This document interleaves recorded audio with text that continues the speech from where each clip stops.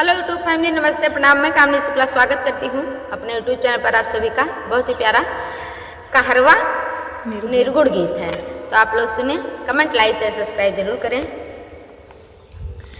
हम मंगाई लिया है कई हव जबरन गमनवा, मंगाई लिया है कई हव जबरन गमनवा। सैया बेदर्दी जब अंगना में आई है, सैया बेदर्दी जब अंगना में आई है।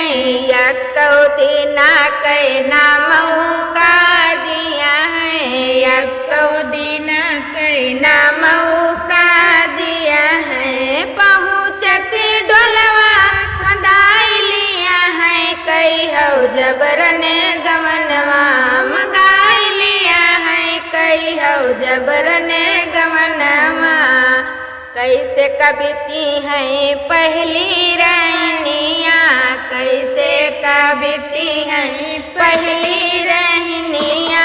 बचने के ताई करो कौनो जतनिया, बचने के ताई करो कौनो जतनिया। वही पहिलन मोजरा चुकाई लिया है कई हव जबरन गमनवा, मंगाई लिया है कई हव जबरन गमनवा। पहिलन मोजरा चुकाई लिया है कई हव जबरन गमनवा, मंगाई लिया है कई हव जबरन गमनवा। गुण ढंग सीख के बनो बहु गुनवा, गुण ढंग सीख के बनो बहु गुनवा।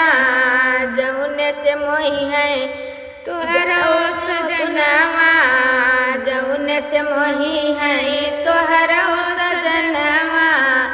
नहीं भव की डगर लौटाई दिया है कई हव जबरन गमनवा, मंगाई लिया है कई हव जबरन